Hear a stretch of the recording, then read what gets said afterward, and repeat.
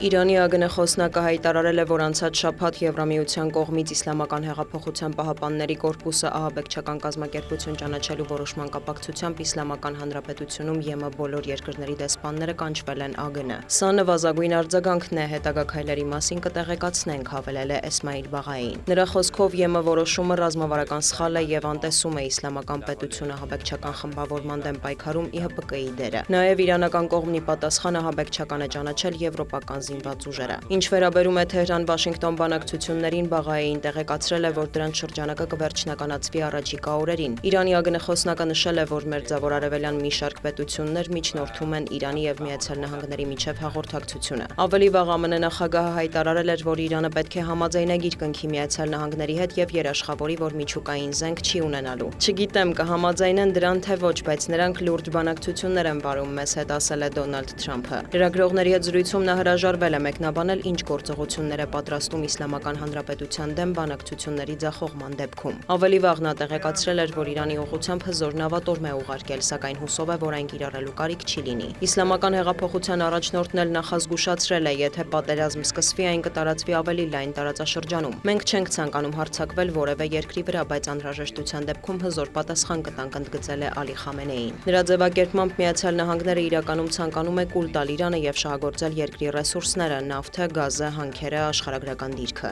Զուգահեռ իրանական կողմը հրապարակել է Իրանում վերջերս տեղի ունեցած բողոքի ցույցերի ժամանակ զոհված 2986 քաղաքացու անուն։ Իրանի նախագահի գրասենյակի տվյալով ընդհանուր առմամբ զոհվել է 3117 մարդ, սակայն դեռ ոչ բոլորի ինքնությունն է հաջողվել պարզել։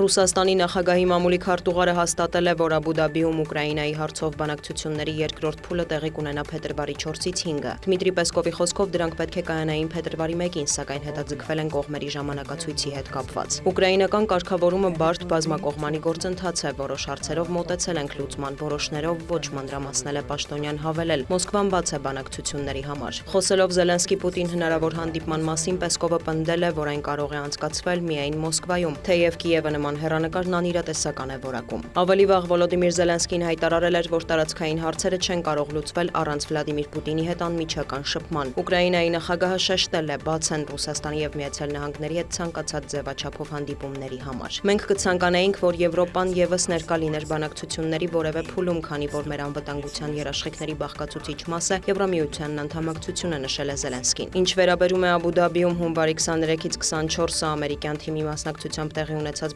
բանակցություններից հետո հաջորդ հանդիպմանը Ուկրաինայի նախագահը տեղեկացրել էր, որ դրանք տեղափոխվել են փետրվարի 4-ից 5-ը ԱՄՆ-Իրան լարվածության ֆոնին։ Դոնալդ Թրամփի կարծիքով էլ բանակցային գործընթացում առաջընթաց է գրանցվել, թեև կողմերն ընդունում են, որ տարածքների եւ անվտանգության երաշխիքների հետ կապված խնդիրներում դեռ չի հաջողվում փոխզիջման հասնել։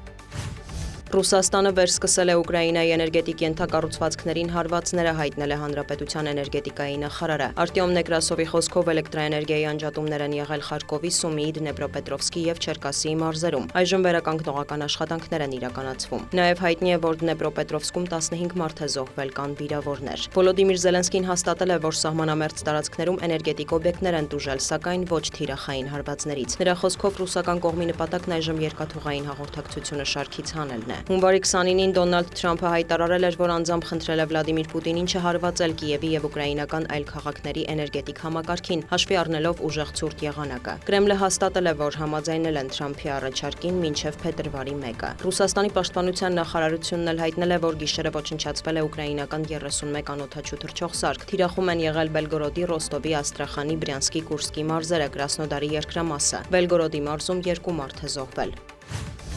Դոնալդ Թրամփը հայտարարել է, որ Գրենլանդիայի հարցով բանակցությունները սկսել եվրոպական երկրների հետ։ Ըստ ԱՄՆ նախագահի կողմերը շատ կետերի շուրջ համաձայն են եւ կկարողանան գործարք կնքել։ Այլ մանրամասներ նա չի հայտնել։ Հուսով եմ լավ գործարք կլինի բոլորի համար, ազգային անվտանգության տեսանկյունից դա շատ կարևոր է, հավելել է Սպիտակ տան ղեկավարը։ Նա նաեւ խոսել է Գրենլանդիան եւ Վենեսուելան Միացյալ Նահանգներին միացնելու մասին։ Մենք չենք պատրաստվում ներխուժել Գրենլանդիա, մենք պատրաստվում ենք գնել այն։ Կանադան կարող է դառնալ մեր 51-րդ նահանգը, Գրենլանդիան կլինի 32-րդը, Վենեսուելան էլ 53-րդը, նշել է Սպիտակ տան ղեկավարը, հավելել, որ ընդամենը կատակում է։ Դանիայի պաշտպանության նախարարն էլ հայտարարել է, որ մեծացնելու են Գրենլանդիայում ռազմական ներկայությունը։ Տրոելս Լունդ Պոուլսենը հույս է հայտնել այդ հարցում գործակցել ՆԱՏՕ-ի հետ։ Թրամփը բազմիցս հայտարարել է, որ Դանիան չի կարողանում ապահովել Գրենլանդիայի անվտանգությունը, որը կարևոր է Միացյալ Նահանգների համար ազգային անվտանգության տեսանկյունից։ ԱՄՆ նախագահը պնդում է, որ Դանիայի թագավորության մաս կազմող կղզին շրջապատված է ռուսական և չինական նավերով։ Դիանա Գասպարյան, լուրեր։